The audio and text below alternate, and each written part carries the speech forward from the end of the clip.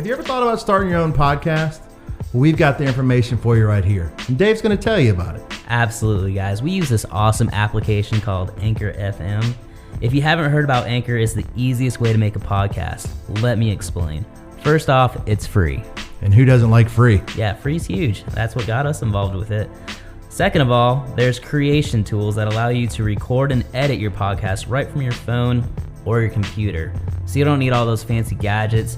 You can have them if you want them, but not absolutely necessary. Anchor will also distribute your podcast for you, so it can be heard on Spotify, Apple Podcasts, Stitcher, and many other platforms.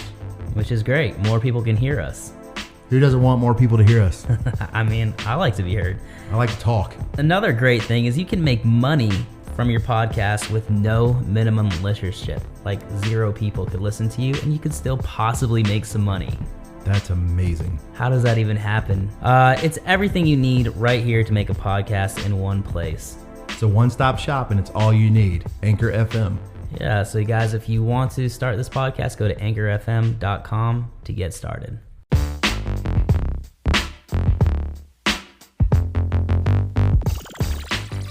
What's up, everybody, and welcome to another episode of the Apogee Podcast. My name is David Carter, and today is a first for us on the Apogee Podcast. I'll be recording this one as a solo host. Unfortunately, Kevin couldn't be here today, so I'm going to take this one on by myself. Normally, we have this awesome conversation at the beginning between me and Kevin, but since I have nothing really awesome to say about myself today, I'm just going to get into it. Today we have the privilege of having 2 incredible fit mothers on the podcast. We have Dr. Elisa Turner, physical therapist and owner of Ant Physical Therapy, and mother of Mia Turner, and one on the way, a little girl, correct? Another That's little right. girl? Yeah, little girl. She trains at CrossFit Clemson. And then we also have Sybil Crain, nurse practitioner who works at the ICU at Spartanburg Regional, mother to Emerson and Beckham. Remind me their ages again. I cannot remember.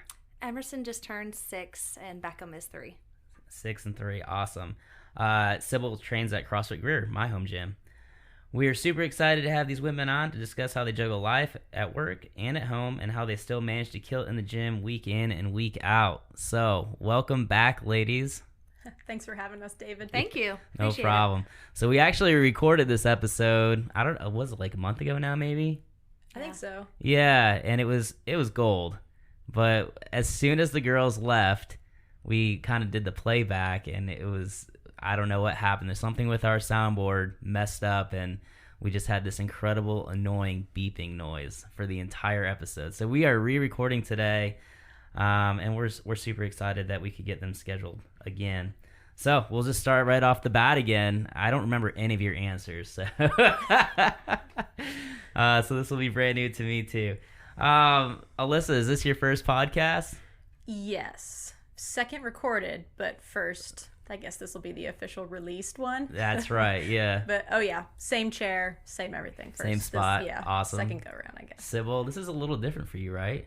Very different. A different spot in the room. Different spot in the Yeah, room. My opposite first corner. podcast.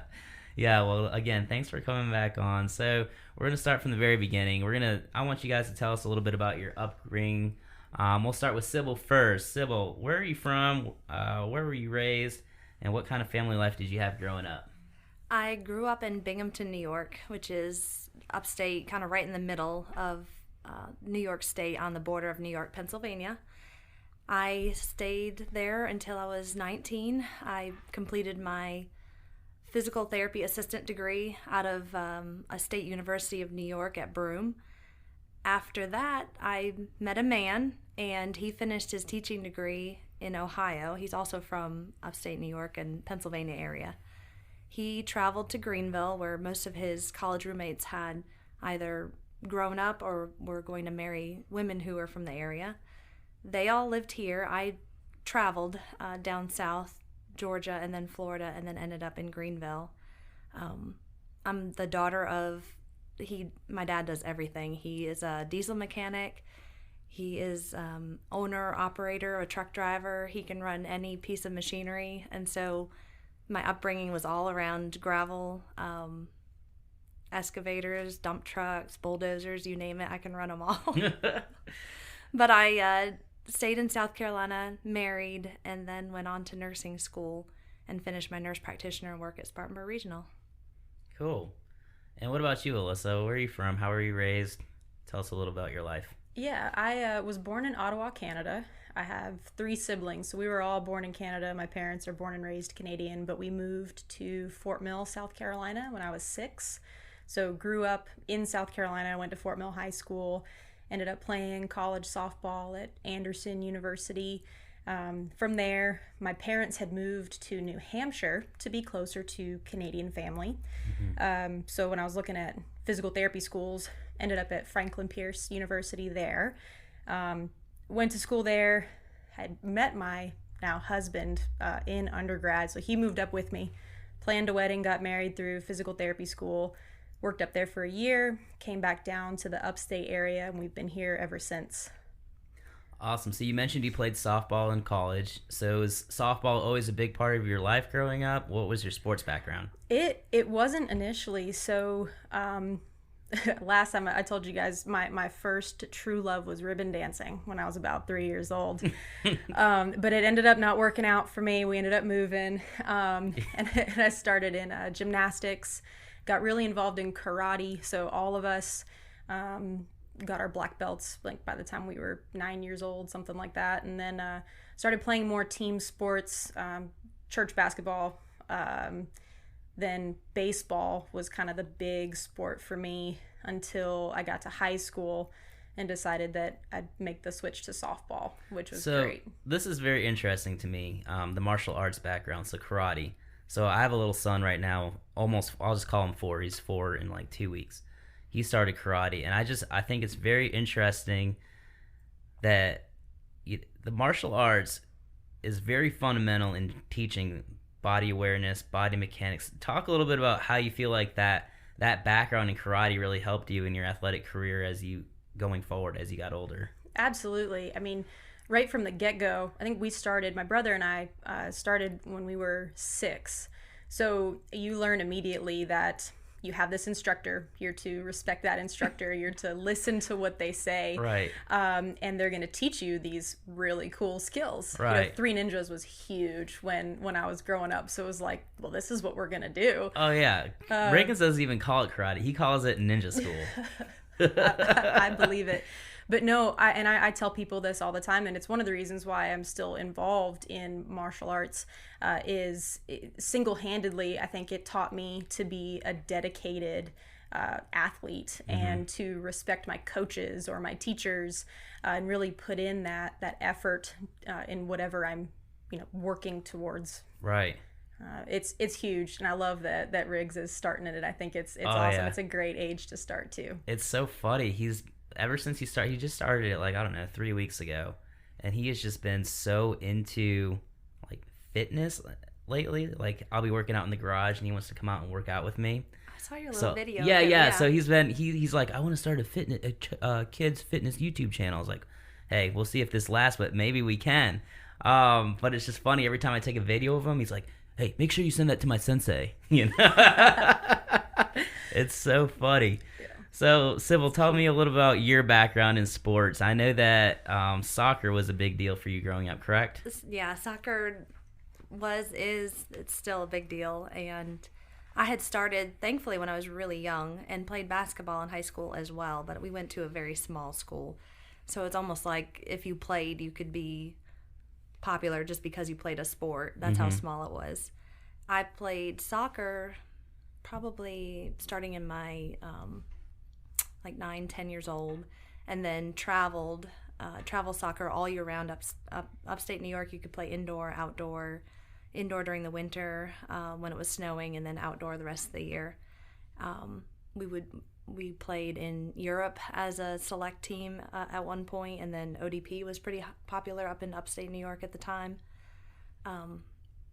Played in college, and then actually when we moved to South Carolina, Nate and I played on an adult co-ed and pickup league for several years, right up until I went back to nursing school. Awesome. Yeah. It's so funny. I'm from Michigan as well, so a northern state where we also had indoor soccer. And it's funny trying to explain what indoor soccer is to folks in South Carolina because it's pretty much non-existent down here, at least to my knowledge. I don't know of any like. We played at the pavilion when we first moved here. The pavilion had that indoor. It was roller hockey. Sure. Yeah. You could play indoor, and it was pretty legit because you could use the walls and everything. Sure. You needed. But I don't think there's any like high-end like indoor soccer leagues around here though. At least to my knowledge, maybe there is. But it's funny. I'll be like, yeah, it's literally just like hockey, and then I still lost them because they don't really know much about hockey. Yeah. So, but no, that's cool. Yeah. So what college did you end up going to play soccer? There's state universities in New York, so it was SUNY, State University of New York, and Binghamton, Broome County. Mm-hmm. Very cool. Yep. What position did you play? I was always like the winger, right or left wing. Cool. Very awesome. And did you state where you played college softball at? Yes. You did? Yes. I think I mentioned Anderson University. Anderson University, that's right. Go Trojans. Very cool. So at what point, while you guys were in college, did you guys say, hey, I'm interested in the healthcare field. I'm going to focus my studies in that direction. Go for it, Yeah. Elisa. My dad is a primary care physician, so health and science was always a big part of dinner table conversation. And I liked it. The rest of my family did not. But even in high school, I took a few sports medicine classes and things like that, and thought that when I went to school, I'd end up going to med school or doing something in healthcare. And then when I ended up getting into Anderson University and studying kinesiology, it was either, you can go and specialize, do physical education, or you can go on to physical therapy school. Like, I really saw those as my two options, which were both great options.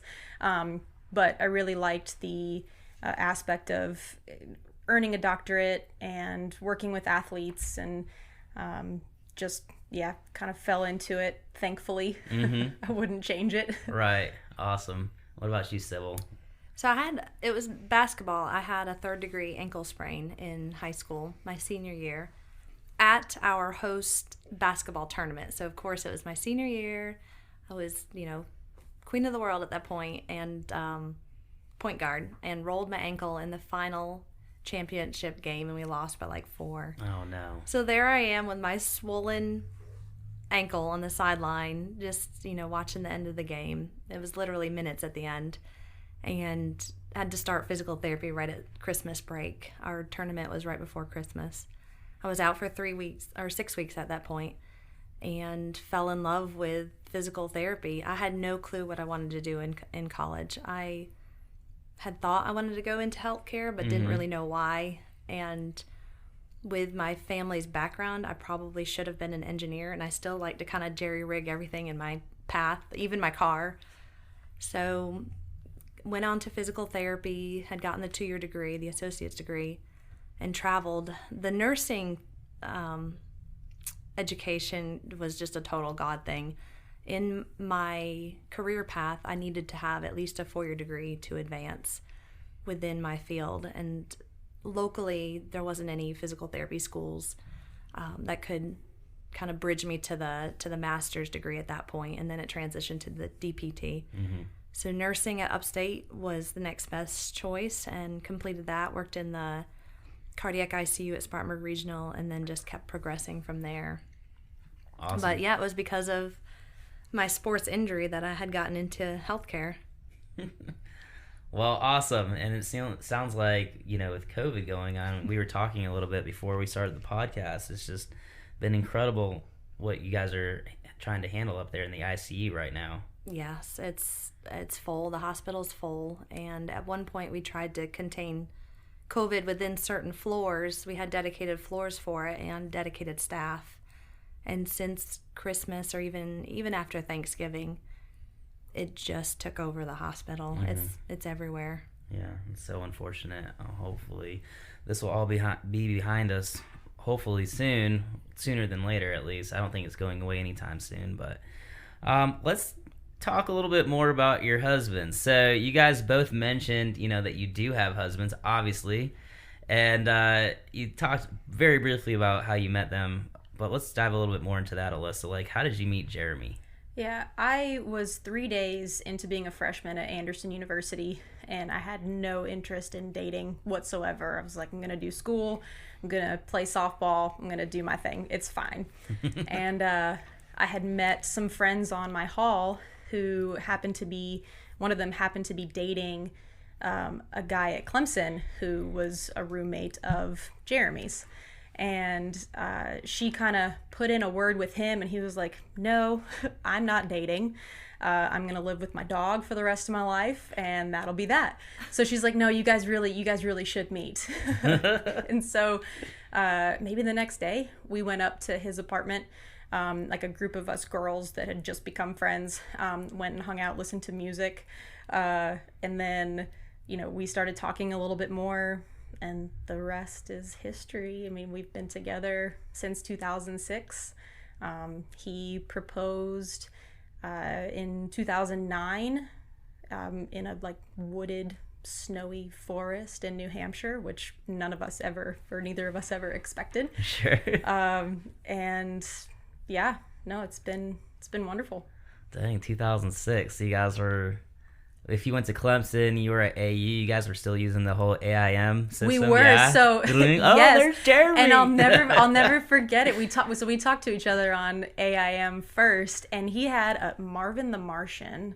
That was his handle? That was, it wasn't his handle. Oh, I don't even remember his handle.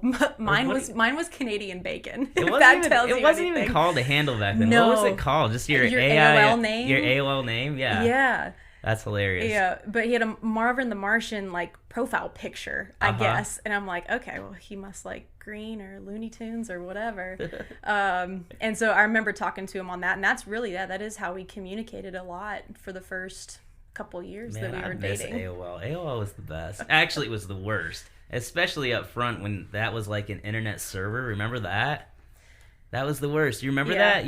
If you had internet at your house when you were a kid, it was AOL, but it was like not America Online. It was America Offline. Seriously, because you had to wait in. Oh yeah, that little yellow dude. Yeah, you had to wait in line to sign on. Yeah, it was awful. Was that dial-up? Yep. That was I had dial-up. Yeah, it was dial-up. I mean. Yeah, that was like the original. Well, maybe it wasn't the original dial-up. I'm not a tech guy, but I just remember we had AOL dial-up, and it was not fun. But those were the good old days.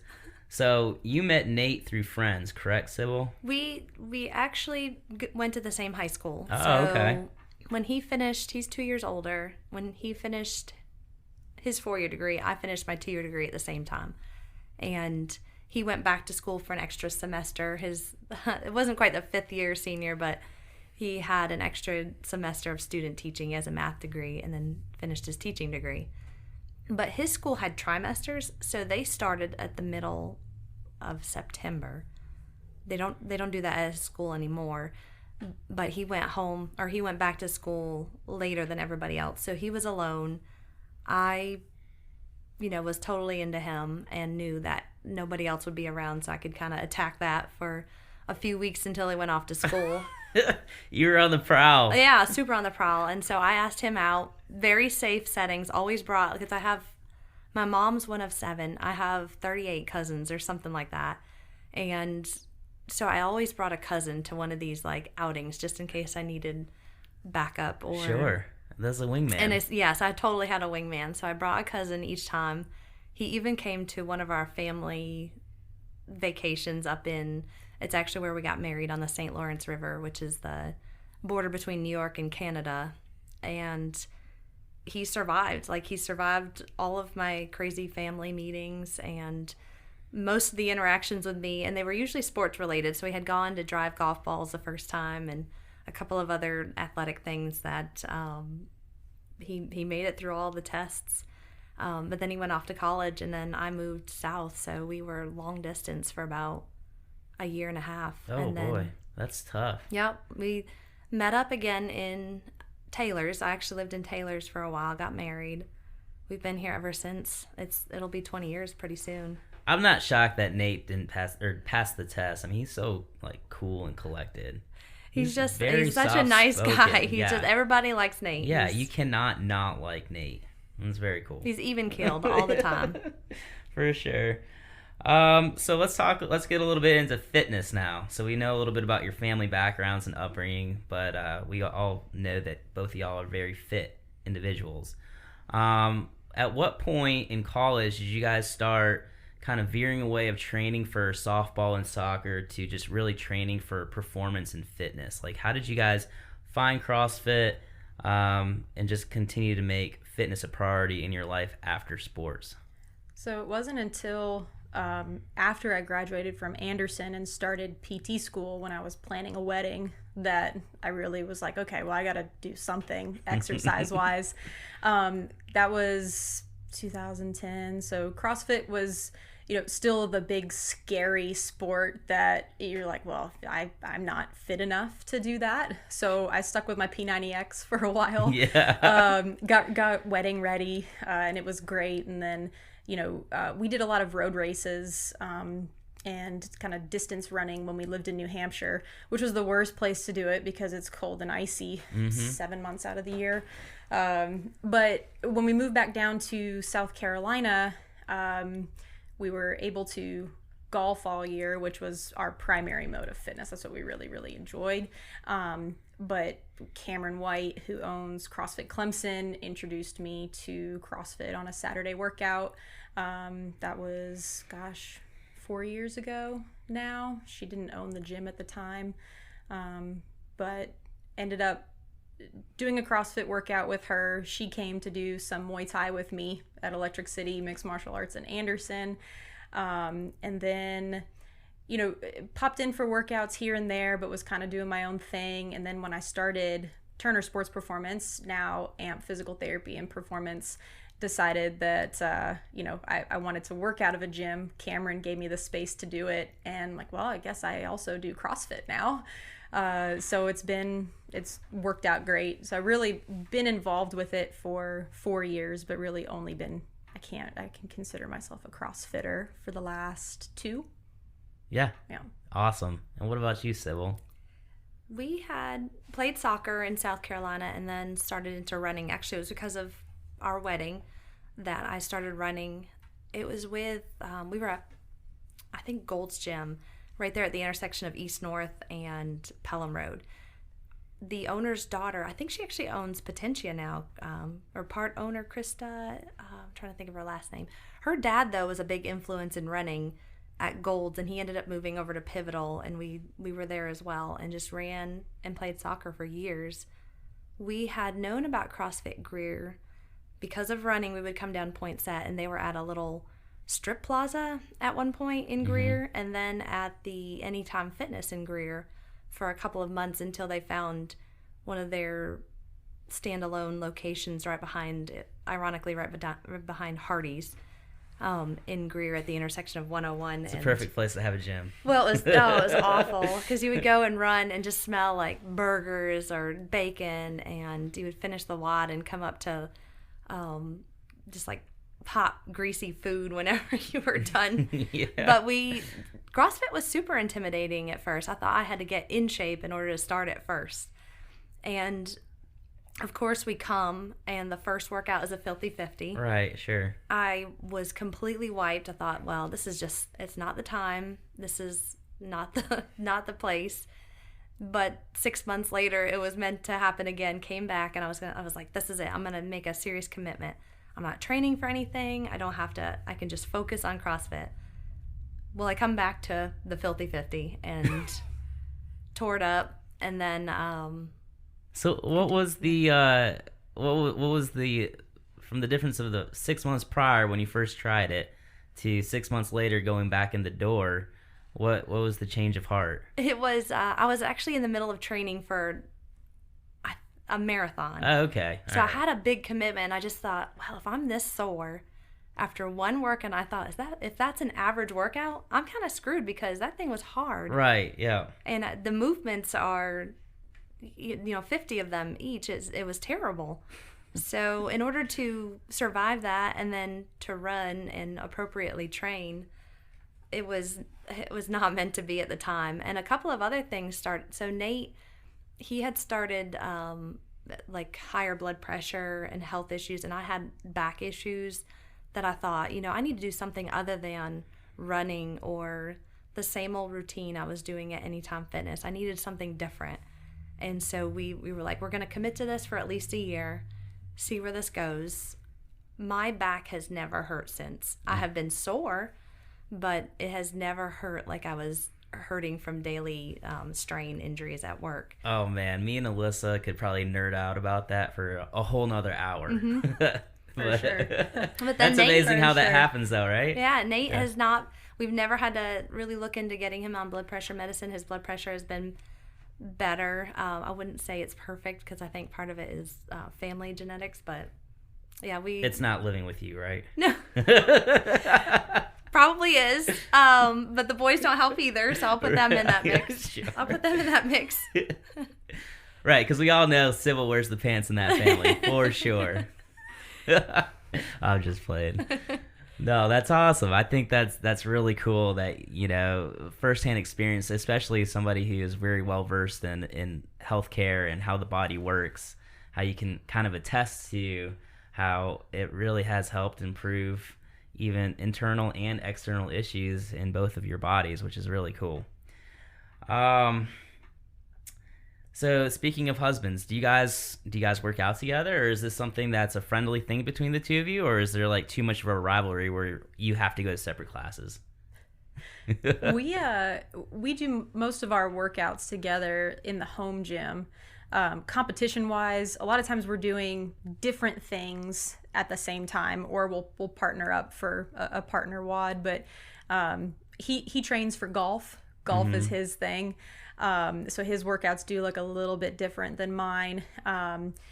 But yeah, competition wise, that's always settled on the golf course, which your girl's a leg up right now. I won yesterday. Really? Yeah, Ooh. 1 stroke. Awesome. Good for you, Alyssa. I'm proud of you. Nice. Yesterday was cold too. Good Oh job. yeah, it was pretty miserable. They're dedicated. Yeah, them Gotta get it hardcore. done. What about you and Nate? Nate and I, he's very safe. So Nate is Safety Steve. He goes, and his range of motion, his mobility is perfect. He doesn't push the weights. He doesn't push the movements. If he feels that he is kind of strained a little bit, he's done. He will never get injured. I, on the other hand, am the complete opposite. I'll push it until it's done. I will try to push as much weight as I physically can. I'm not going to hurt myself, right? But I'm a lot more competitive than he is. So we don't really work out together. Yeah, you got to maintain that relationship. I get it. Yes, let's talk a little bit about children, right? So we are Fit Working Moms Roundtable, so we got to talk a little bit about those kids. I'm going to bring it back a little bit to 2015 when me and Laura first moved here. We rented a small Victorian house downtown Greer, and I just remember seeing this bald-headed, bearded man walking in a cart, pushing his little baby in a cart all the time. Like literally, before I left for work, I'd see him pushing this baby. When I get home from work, I'd see him pushing this baby. And so one day I just went out there. I said, "Hey man, what's going on? My name's David. I'm new to the area." He's like, "Oh, my name's Nate. I just got this brand new baby. I'm just trying to keep him calm." So that was my first time ever meeting Nate, and we got into talking a little bit, but I didn't really get to know Nate until we joined CrossFit Greer much later. I think a couple of years later. At that point, I had no idea who you were, Sybil. But talk a little bit about having that first child. I think that was your first child, right? Yeah, Emerson. So talk a little bit about Emerson, and then what I was very fortunate to be able to do was work out during the entire pregnancy, listening to your body, obviously, and not changing anything before or after or during. And it's a very individual decision. But you should, as a pregnant woman, listen to your body and take precautions during CrossFit workouts. But I never really changed. I was slower, but I didn't change my weights. I actually was a little bit stronger, maybe because my hips were wider, so maybe I had a better base of support. But I was able to work out during both pregnancies, and I think that helped tremendously with the delivery.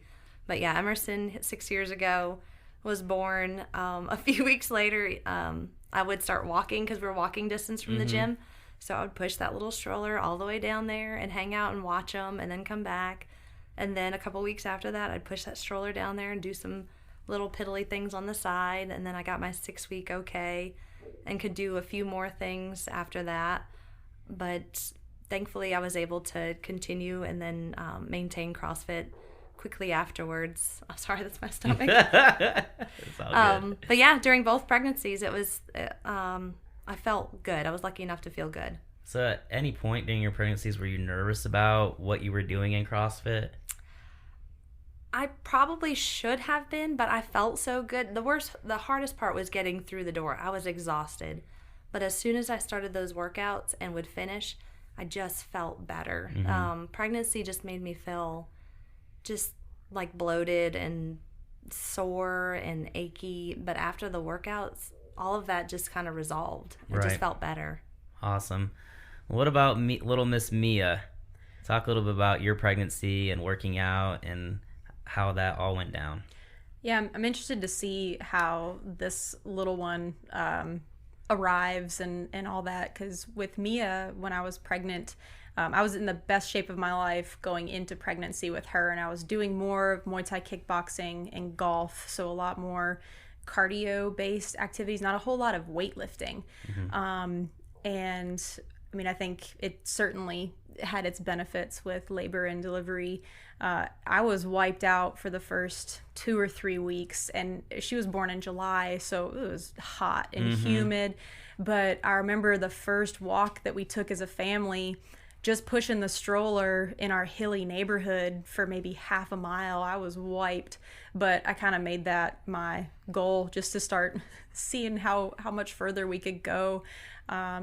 Get back on the golf course, walk with her. You know, Jeremy would push clubs and I'd just push the stroller and take a few swings when I felt like I needed to. And I think CrossFit really wasn't a huge part of our picture right when Mia was born. It was kind of around maybe the following May, when the first time we brought her into the CrossFit gym was for a Murph.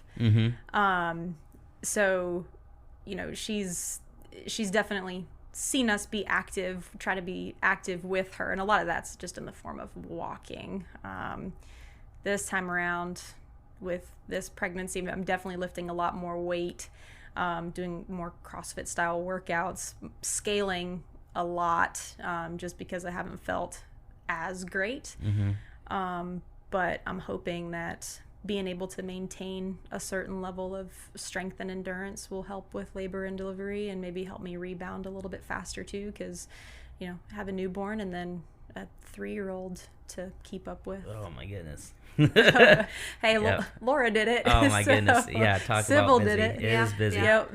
I'm interested to hear your stance on this, since you are a physical therapist and you have your own clinic, and you've gone through, I guess, 1.5 pregnancies now. You know, currently going through one.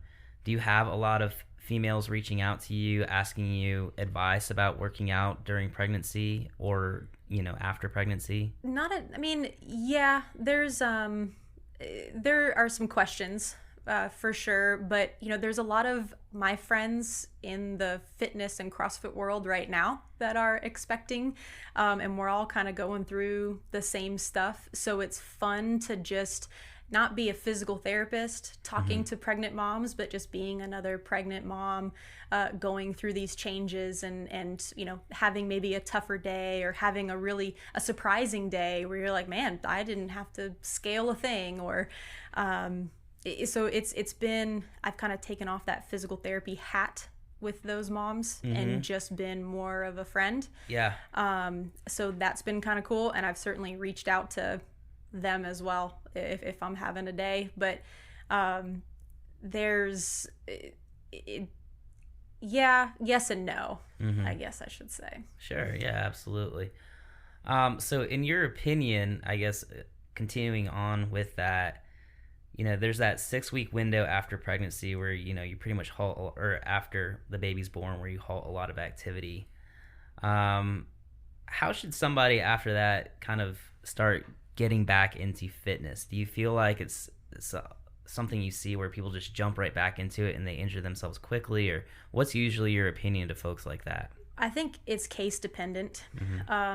what, how labor and delivery went, if you had a C-section, if you had a traditional, natural birth, what kind of shape you were in before and during. I mean, there's so many variables. Once you get clearance from your doctor to say, hey, I can start doing this stuff, I mean, really, I think working with a coach who's maybe had some experience to get back in is what I would advise, or working with a physical therapist.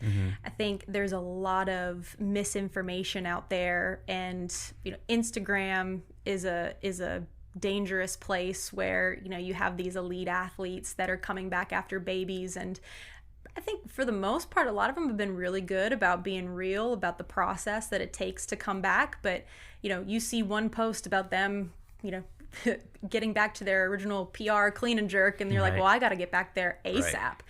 Right. So there's a lot of misinformation there, and then there's even more information about some symptoms after pregnancy with incontinence and stuff, and that being normal.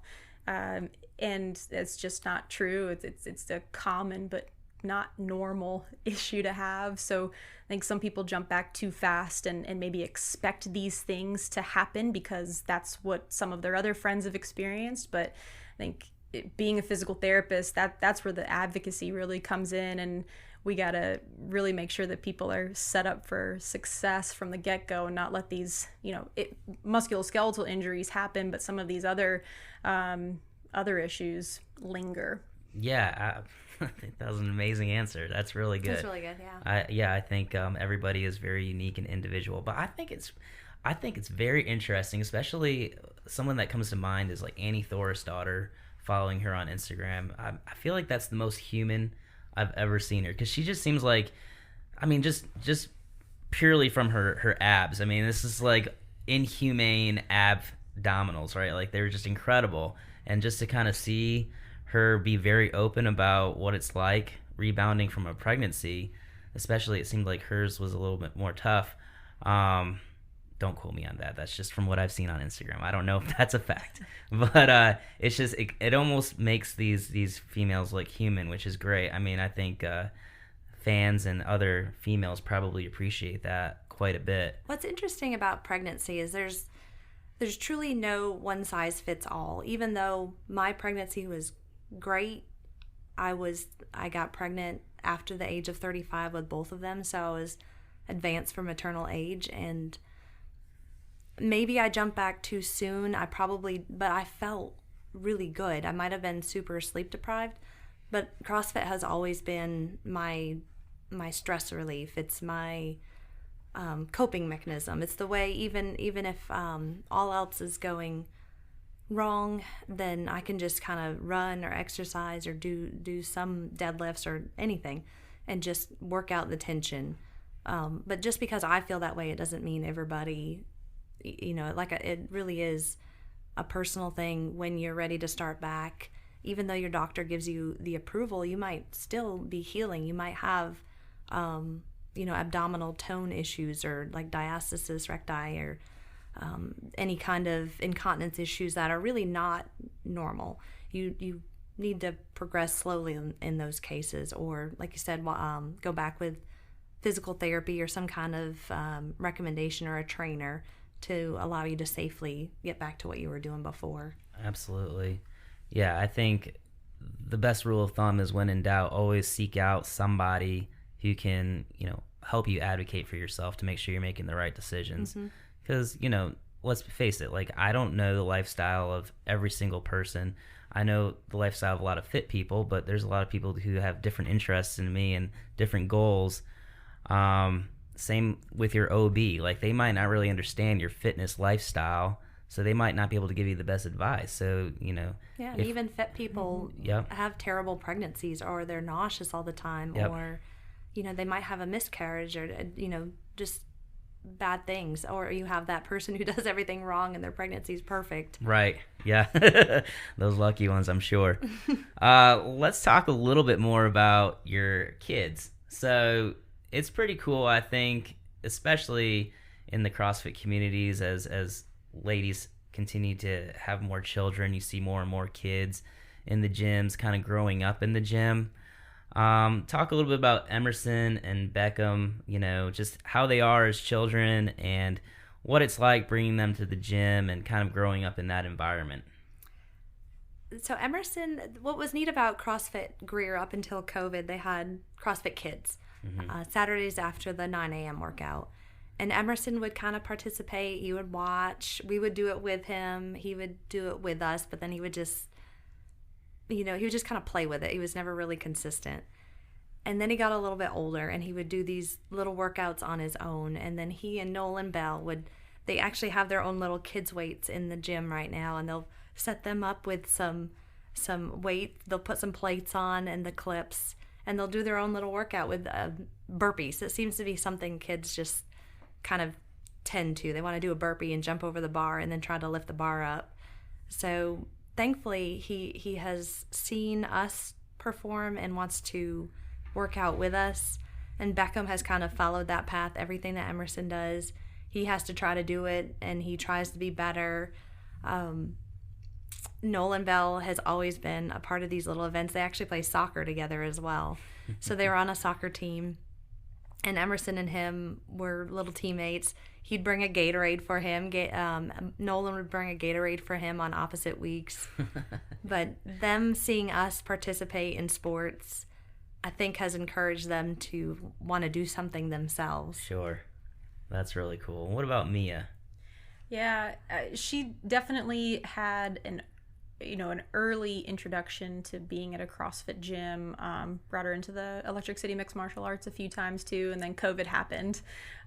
So half of her life she's been exposed to being in a gym, and then this last year and a half, not so much. So she's definitely, they're sponges, so if Jeremy has a putter out in the living room and she sees him putting, she grabs her putter and starts doing it. Then she'll also take that putter, put it behind her back, and start back squatting. Right. If she sees me doing, sees me working out in the garage, sees me doing stuff on the floor, whatever. So I would love to have her in a gym a little bit more and be exposed to, obviously not COVID, but the benefits of exercise and group fitness and all of that. So I'm hoping, once we get on the other side of these things, that both of our girls can have a little bit more exposure and have their little kid fit sessions. And,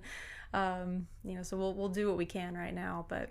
Yeah, absolutely. Yeah, I think it's really cool. It's always been almost, I guess, I'm not really sure how exposed I want my kids to be to going to the gym, because I don't want that to become like a chore for them, right? You sit here in this corner while daddy works out, right? So having, this time actually with COVID where we're working out more in the garage where they're at home and they can have the choice of being inside or come outside and join mom and dad in a workout. It's their choice. So it's been actually pretty cool because it really shows, all right, they're interested in doing this, or we can just have fun and play, and that's the biggest thing. I don't want to force anything on my kids. So that's, if anything good with fitness came with COVID, I think just working out more in the garage at home has actually been pretty cool. Because especially for Riggins, he just loves going out there. Well, have you seen that they oftentimes we'll be doing something in the garage and they'll come up with their own workout. Right. They'll be in the corner doing their own little thing, Legos usually, and I've seen them kind of pull some little pieces of equipment over that they can pick up. Mm-hmm. And Emerson has picked up this little it's a kettlebell that we got from Five Below for $5, I think.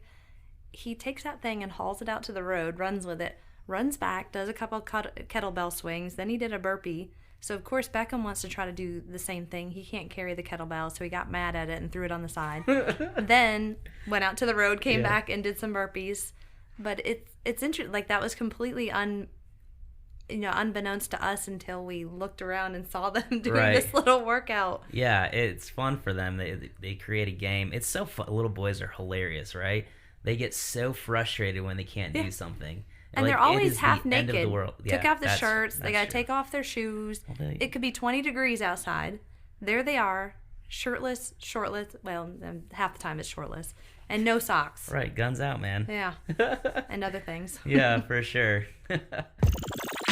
Hey guys, we'll get back to the episode in a moment here, but we want to take a quick break to thank our sponsor for this episode, CrossFit Greer. If y'all live in the Greer area and are looking to join a CrossFit box, go ahead and look up Jen and Reagan Green, owners of CrossFit Greer.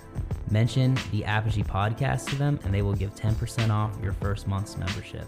We also want to thank Blitz Belts for their continued sponsorship of the podcast. They're offering our listeners a 15% discount at checkout. All you have to do is type in Apogee, all caps. That's APOGEE for your 15% off discount. Let's talk a little bit about technology. So technology has been a big thing that obviously it's controlled our world the last 10 years. We were just talking about AOL Instant Messenger. Like, that's ancient. Like, if you were born within the year 2000, you have no idea probably what AOL Instant Messenger is.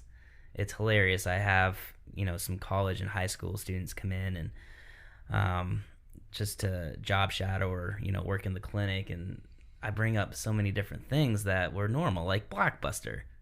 Never heard of it, They don't realize how good they have it, where they can just turn the TV on, press a button, and any movie they would ever want to watch in the world is right there for like a small fee, maybe $4.99 on Amazon Prime, or half of them are on Netflix for free if you have a subscription, whatever.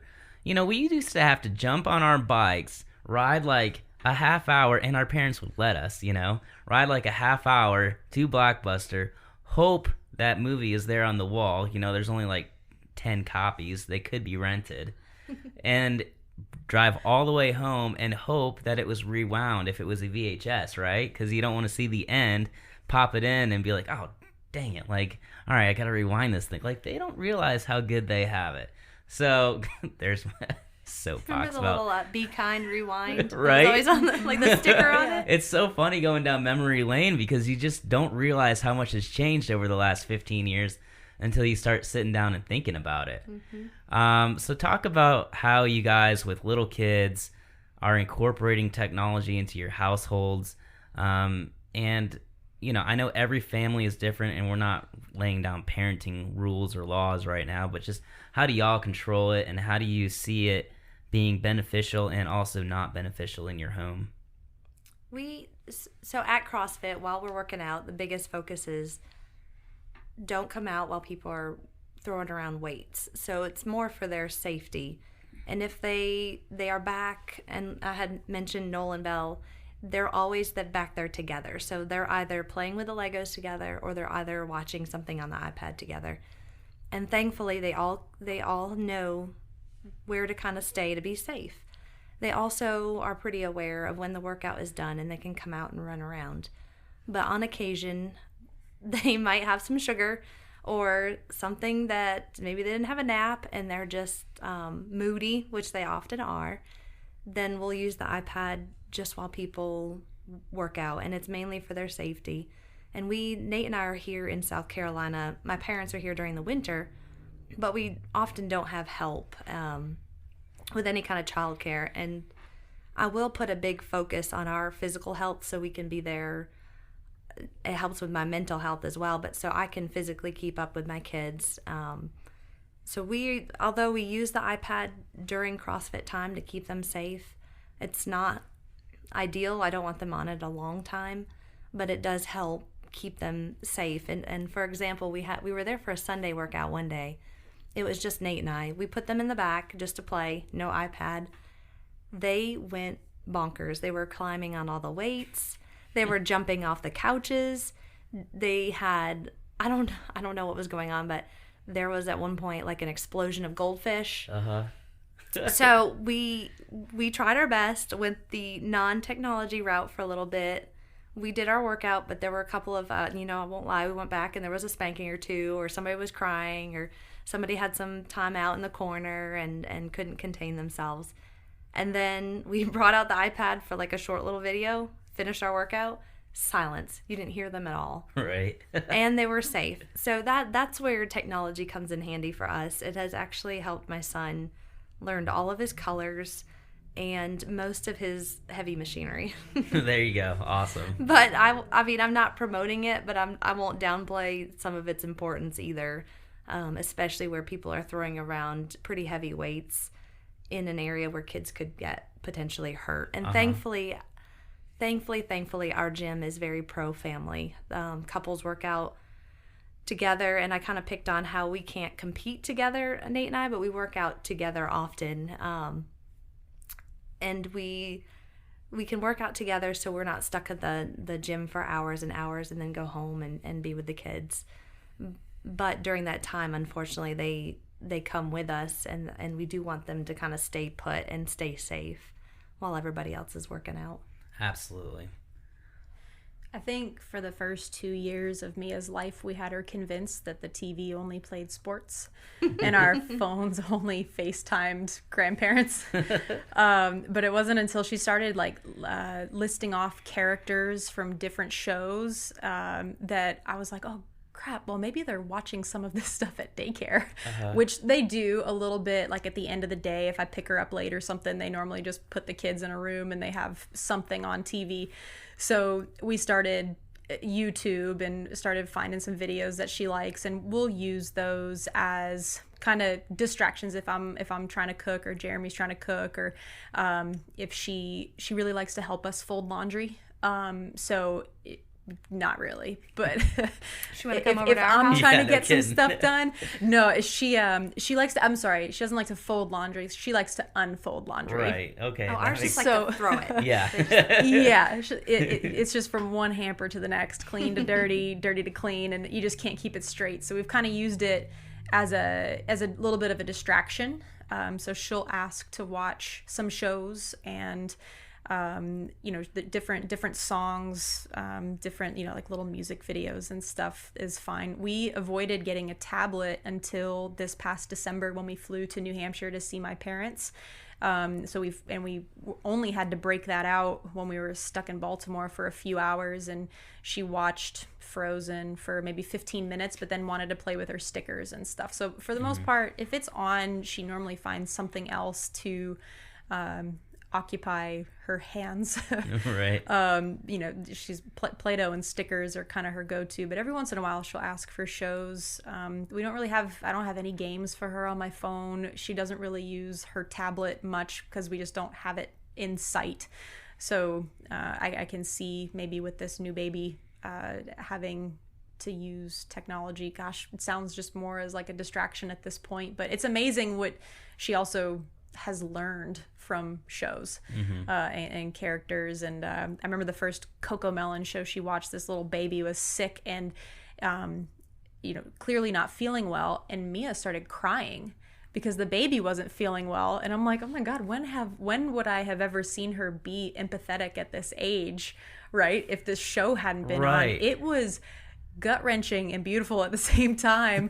She's like, baby JJ's sick. I'm like, oh my God, you're right, it's okay, he's gonna be fine. So it's amazing what, even if she's not actually sitting there watching, if she's listening, there are some really good ones out there that she's kind of learning a lot from. For sure, I couldn't agree more. I mean, some of these shows, like I'm sure your boys watch Blippi. I don't know that we did they not watch Blippi? No, oh my we might goodness. have to find Blippi. You avoided that one. Good for you. It's an extremely annoying show, but they learn a lot of stuff. I mean, it is very educational in the most annoying way, which is cool. I mean, like you said, we're into Dino Trucks is sure, a big one, yep, or we've seen that Stinky and Dirty which is the definition of my kids. One is stinky, the other one's dirty, and most of the time they're stinky and dirty at the same time. Sure. Perfect combination. But they're always, what's neat about Stinky and Dirty is they're always trying to work together to fulfill a task. So they go in their little town and they work together to like clean up the streets or build something for the lost helicopter or something like that. They're pretty cute. It's That's an Amazon cool. one. Oh my goodness. Yeah, it's funny when you have kids and they're watching these shows, and you'll just wake up, in the morning with one of the songs in your head. It's like, Yep. I hate this song. Yeah. Why is it in my head right now? But let's talk. You mentioned daycare. I want to talk a little bit about that. I think especially now in this day and age, we have so many parents that have two working parents, right? And that's become pretty normal. I think, especially talking to my wife, I know that sometimes she's like, I have mom guilt. I have mom guilt. My kids are going to daycare. Talk about that. How do you guys feel about daycare? Do you guys get mom guilt? How do you cope with it? What do you say? Early on, the first week when I was dropping her off and going back to work was very challenging. And there is certainly mom guilt, but at the same time, it's good to know, and she's been there for over 2 years now, that she's very well taken care of during the day. I am not an early childhood education teacher, nor do I have the patience or ability, I think, to teach her the things that she needs to be out and about in society. All of it. It's very daunting when you think about all the things that she has to learn. And obviously parents are first. What she brings to daycare and what she comes home with and how she responds to situations is ultimately our responsibility. Mm-hmm. But no, I think it has been a huge blessing to have her where she is, and they love her there, and she loves going. The mom guilt was much more prevalent early on, just because I never went to daycare. I never went to after school programs. My mom was a stay-at-home mom until we went to school. So it was just it wasn't a part of our lives until we had to find a place to take Mia. So no, I think it's been a huge blessing, and they're fantastic to her, and the fact that she loves going every day is great. I mean, she talks about it every weekend. Right. Yeah. Go back to school. I get to go back to school on Monday. Like, you do. It's cool here too, by the way. Right. What about y'all? Daycare has been amazing. There was very limited mom guilt. I dropped him off and probably shed like one tear, but then realized I had so much freedom again. And not that I needed the freedom, but work. I've always enjoyed what I had done for a living, and have been very thankful for that. But Emerson and Beckham both went to Greer First Baptist up until COVID. So about this time last year, they had made plans to renovate their daycare during the summer, and then COVID shut everything down, and they came back and told us, and the teachers too, that with the regulations, the changes that they had to make, and the cost benefit to their instructors to keep the cost low and keep good instructors, they shut down for good. Oh, really? We were devastated, because that's where the boys had been ever since they were born. Emerson we drive by the church, and he still says, I miss my daycare, I miss my school, my teachers. And we had to come up with a different pattern this year. We had actually enrolled them in a little Christian school in Greer that we didn't know existed. But with Nate working almost 5 days a week, and my schedule being 4 on, 4 off rotation, and all of the days and nights, we had to find something that was at least 5 days a week, or close to it. So the little school that they're at now, they're together, and they enjoy the other children and the interaction. And what's neat is the accountability to their teacher. I don't know that I could hold that attention for a whole day, or that they could learn very much from me without just getting frustrated. That relationship would be a battle. Like even playing treble like we just did, I was trying to teach Emerson how to play according to the rules, and he wanted to play with all kinds of new rules that he made up, and both of us were not really enjoying either's position. So the fact that he enjoys his teachers, the other kids he goes to school with, he comes back every day, and he has to follow rules. And within that rule system, he has to be held accountable. Like he was green the other day, but the day before he was yellow, which is not as good. So he gets privileges based on how well he performs, and I don't know that I could do that for him at home. Right. And Beckham the same way. He enjoys his classmates. They have playtime. They play soccer at school, which is always a plus. But I'm pro daycare. I just don't think them being at home with me all the time that the relationship would be as good. Yeah, I'm right there with both of you. So both our kids have been in daycare since month 3, I think, 3 months old and on. And I think just learning to be around other adults than just your parents is huge for their development.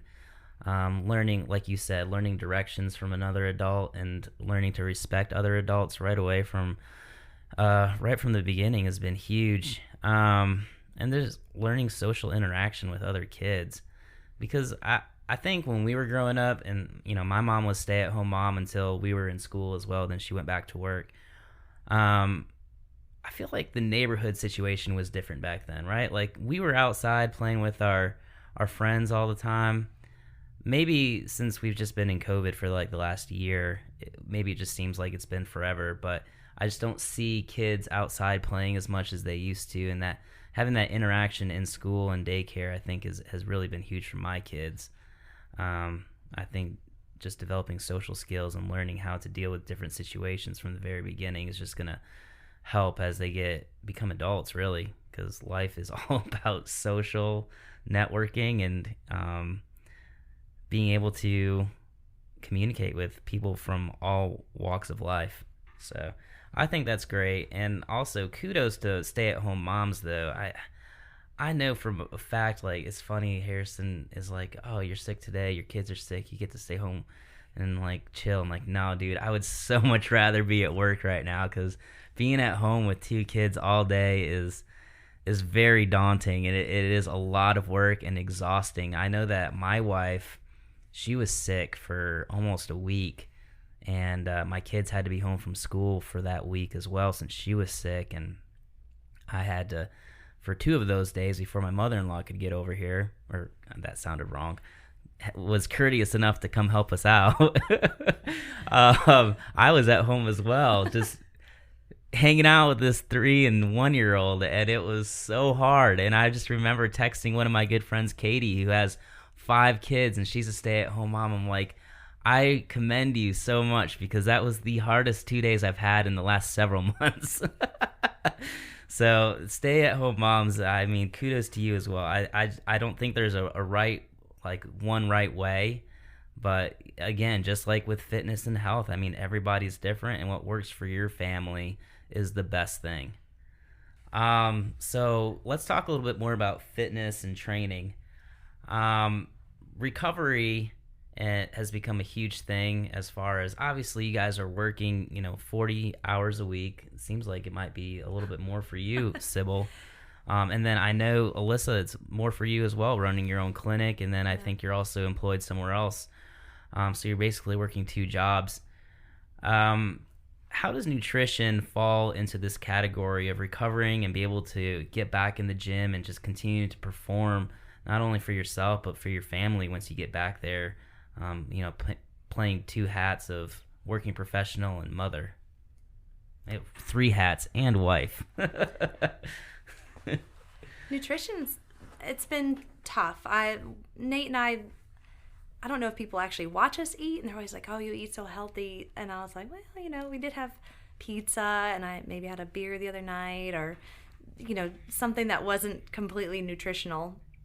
But after Emerson, I kind of lost the weight pretty steadily, and then just hit a spot where it just kind of dropped off about the time I stopped breastfeeding.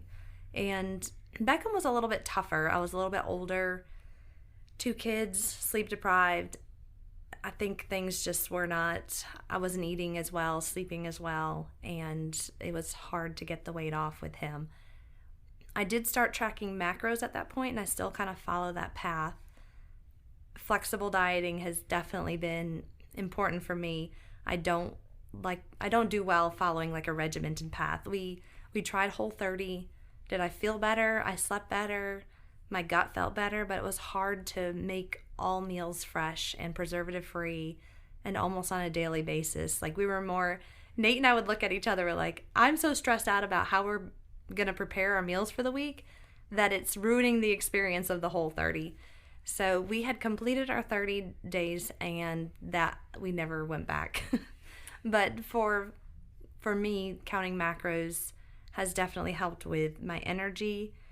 Recovery is still always hard for me because I will have certain workouts that I am just sore, and it doesn't matter how many carbs I eat or how I manage my macros. It just seems like I will be sore from that workout every time I do it. And then we were talking about the whoop earlier as far as recovery, and I think if I had more numbers, it would just kind of drive me crazy. Like if I had a 1% night, I would be like, oh my goodness, this is going to mess with me the rest of the week. So I think finding that pattern or that the easiest path, and with kids, I may not be able to measure everything and count it every day. So I kind of know what works for me and what keeps me feeling good for most of my workouts. And I'll just have a normal level of soreness, I think, no matter what I do. I want to touch on something real quick, and Elisa, you can definitely touch on this in your answer as well. But the body image part after being pregnant is something that a lot of, I think, females probably deal with for a good year after having the delivery. Talk a little bit about that with your answer, Elisa. Yeah, well, that's a good question. Yeah, I wish I could say I was one of those people that just really embraced the pregnant and postpartum body, but I did not. And I think a lot of it was not just the external look of things, but I just didn't feel good either. Like I felt squishy and weak and, couldn't walk up my stairs without getting out of breath for a time. And, I've always been very tough on myself that way. But to be quite honest with you, in the 32 years that I've had a body, I've never really been super confident. And I think a lot of females struggle with that anyway. So I've tried not to make it a huge highlight. I like to go based on how I feel. And that's why I like my Whoop. Having some of that data is kind of nice to be able to track trends and go, okay, well, my heart rate's lower, my HRV's higher, I feel better. So, and it's also indicating that I'm maybe in better shape.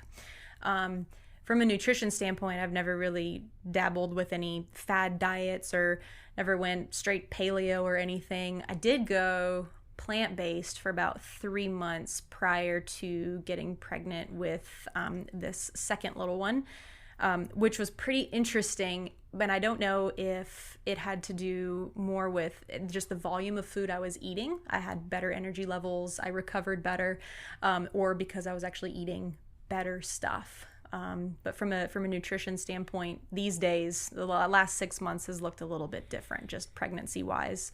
But trying to stick to whole foods, it's easier to make better choices when you have little eyes watching you and eating the same stuff. We try to let Mia eat the same stuff that we are, or at least try it, so that she can learn some consistency and get to try good stuff. And she's got a nice palate for a 2.5-year-old, I would say.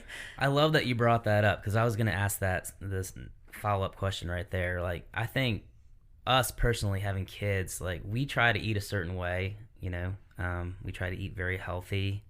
Laura counts her macros religiously.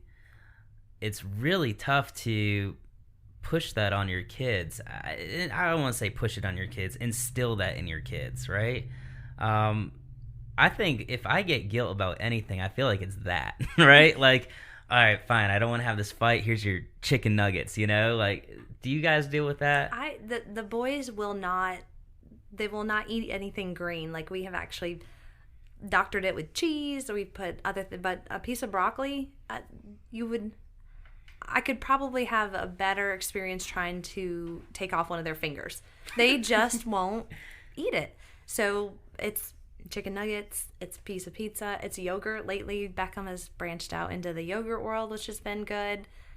So eating healthy, again, I'll eat salads, but I'll also go and eat a pizza. And we try to get the best, most nutritious, but then at the same time, we don't have a Whole Foods right in Greer to go to a better grocery store. And the grocery stores are great. I find a lot at Aldi that I don't find anywhere else, and within a certain price range. So we eat our salads, but we don't not eat chicken nuggets too. Right, yeah.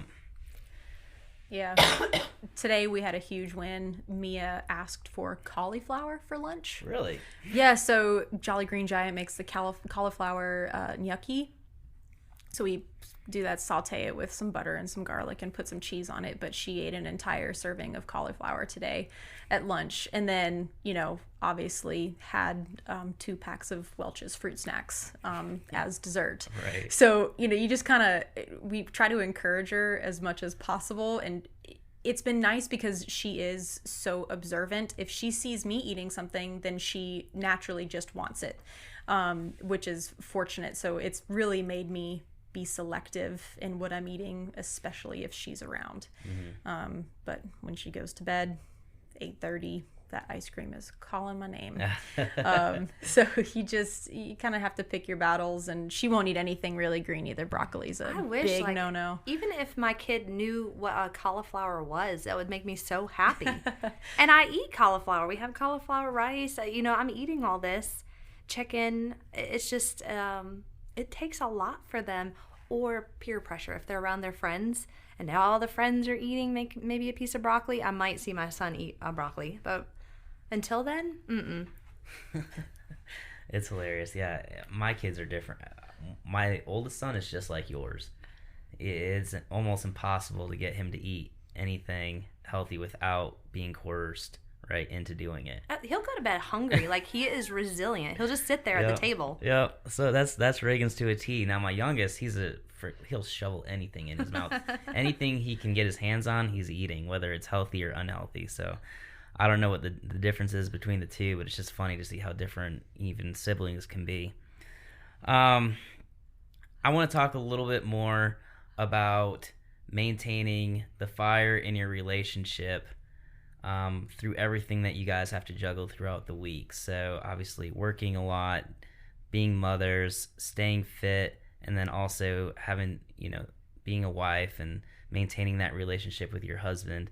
I think we all know that once we have kids, the relationship changes a little bit, and I don't know if that's good or bad, but maintaining the lit fire becomes a little bit more of a chore. So talk a little bit about that.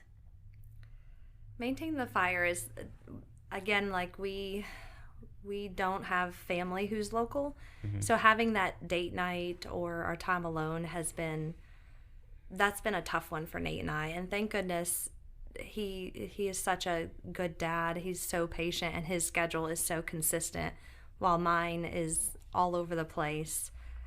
So just we find that our time comes when we put the boys down to sleep, hopefully around 8:30, sometimes a little bit later. But we have that just alone time between 8:30 and whenever we go to bed, that we can talk, we watch programs together, we might get out the ice cream or just kind of snuggle, things that we aren't able to do under normal circumstances because we have these 2 stinky and dirty boys kind of smushed in between us. But it's important. Do we need to make it more of a priority? Of course. I think that could be everybody. I wish we could get more date nights, and with my parents in town, it has helped that we've gone out a couple of times. The kids are about to get to a sports team phase, so we're going to have to work even harder to have that time alone.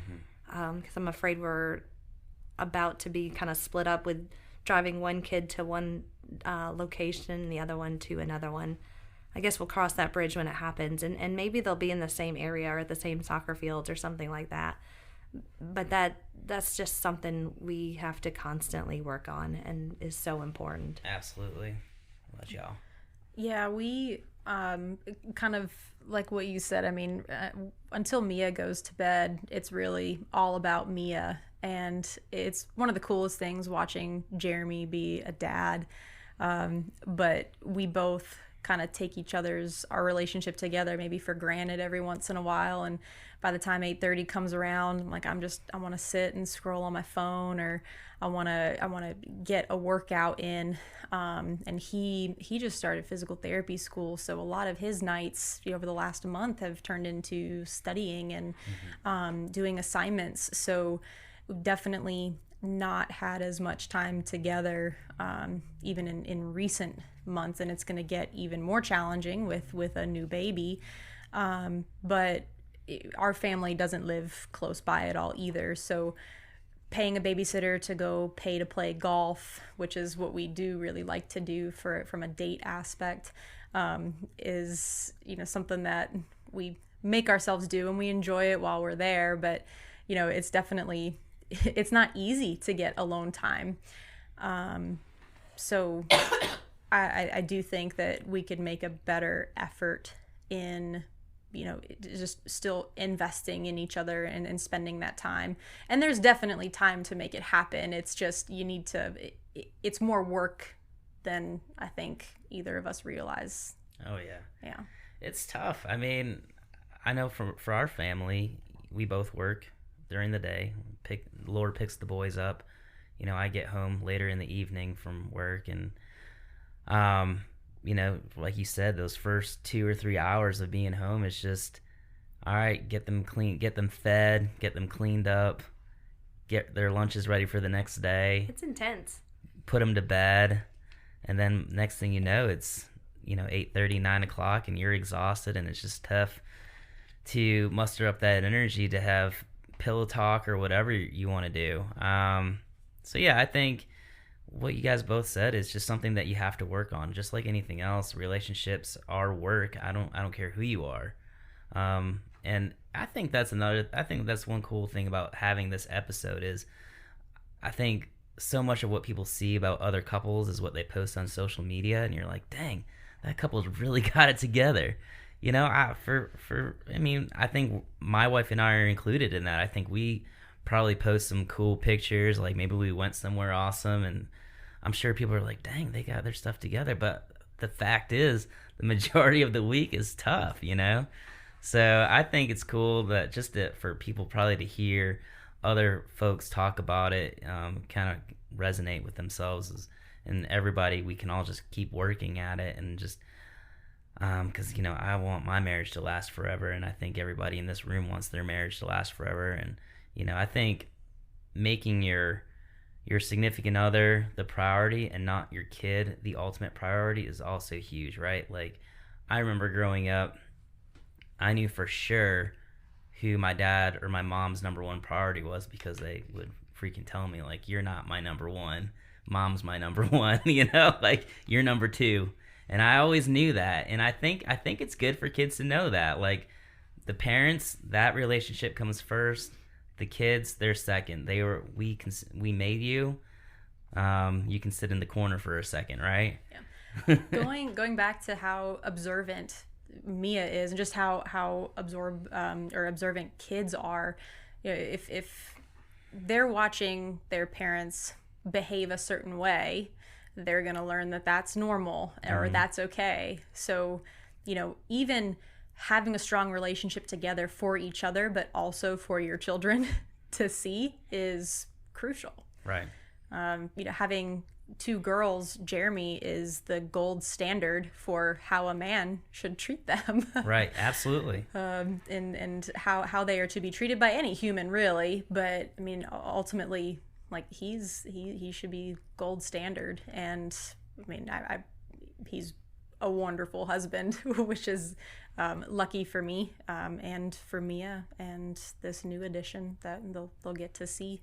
Absolutely. And that, I think me and Nate probably are in the same ballpark, where we're like, we've got two boys, and their experience with a female for the first 10 years of their life before they start liking girls is their mom. So the way that we treat their mom is really going to dictate how they treat their future girlfriends, or girls who aren't their girlfriends, because boys can be very mean to girls. I know for personal experience, when I was a kid, I'm sure I was mean to a couple girls, Especially when they like them. Right. So it is very cool how we can set that example and set that tone at a young age. Let's get to some rapid fire questions. This is the fun part. All right. Let's start with Sybil. Okay. And we'll just go back and forth. Sybil, if Harrison gave you a prepaid black card and said Nate is picking you up and y'all are heading to the airport, all expenses paid for a week, and you could choose anywhere to go, where would you go right now? Colorado. Colorado, awesome. Yeah, like Denver, Steamboat. Ski, snowboard. Both. So we would ski, snowboard, mountain bike, hike, all of the above. What about y'all? We'd go golfing in Scotland, I'm pretty sure. Awesome. Ooh. All right, Sybil, what is your go-to dessert, no caloric reservations? Brewster's ice cream. Perfect. Peanut butter puddles. Okay. Awesome. Laura loves the birthday cake over there. What about you, Alyssa? Man, that birthday cake's ice cream sounds awesome.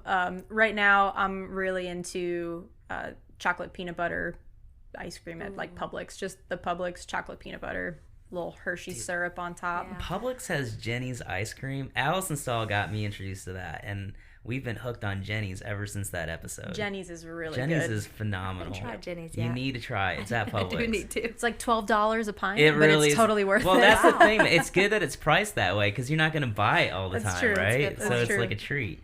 All right. Coffee or energy drink, Sybil? Coffee. Coffee. Coffee. For I can't sure. wait to start drinking more. All right, Sybil, if you had a magic wand and you could pick what activity your child would love and be good at, what would it be? It would be soccer. For sure. Yeah. Cool. God, I know this is rapid fire, but oh, it's so hard. Golf. Golf. Lots of scholarships to be had There you go. in women's golf. Thinking ahead. All right. Sybil, what would your ideal CrossFit workout look like? It would be filthy 50. Of course. It's a love-hate relationship. Sure. Something with double unders and handstand push-ups, maybe some pull-ups. All right. Yeah. What would your ideal rest day look like without child responsibilities? Oh, boy. Maybe you can go first. Sure. Probably wake up, sleep in till about 8 a.m., which is about all I can do. Mm-hmm. Then go play golf on a beautiful sunny day, come home, take a nap, wake up, have some dinner, and then just go back to sleep. Sounds perfect. That sounds amazing. That does. It would be like a spa day. I've never had a full spa day, so it's kind of maybe a dream that's not really a good one, but I've had a massage and a facial before, but never like an all-out stay at the spa, hang out in the almost like Grove Park. They have that little sure. like lazy river thing and mood for lighting and soothing sounds. That just sounds great. All right, here's an old one we've asked for a while. What song would you listen to when ripping out a 5-minute AMRAP? Anything from Def Leppard, really. Of Like course. I was thinking about this from last time. I was like, anything from Def Leppard would be fine. Mine are usually like Jay-Z or Justin Timberlake, something like kind of with a little bit of a beat to it. Sure. Cool. All right, last question. Which games CrossFit athlete would you like to work out with and get coffee with after your workout? Like the only one that really comes to mind is Tia, because I don't know. That's a tough one. Australians are cool. Yeah, no doubt. Yeah, that's cool. Just put that No out doubt. there. It'd be Josh Bridges. Yeah, he's my fave too. He's just like a wild, burly, like he just looks like a little machine. And he's got that good dude's coffee, so it'd be perfect. And stellar facial hair.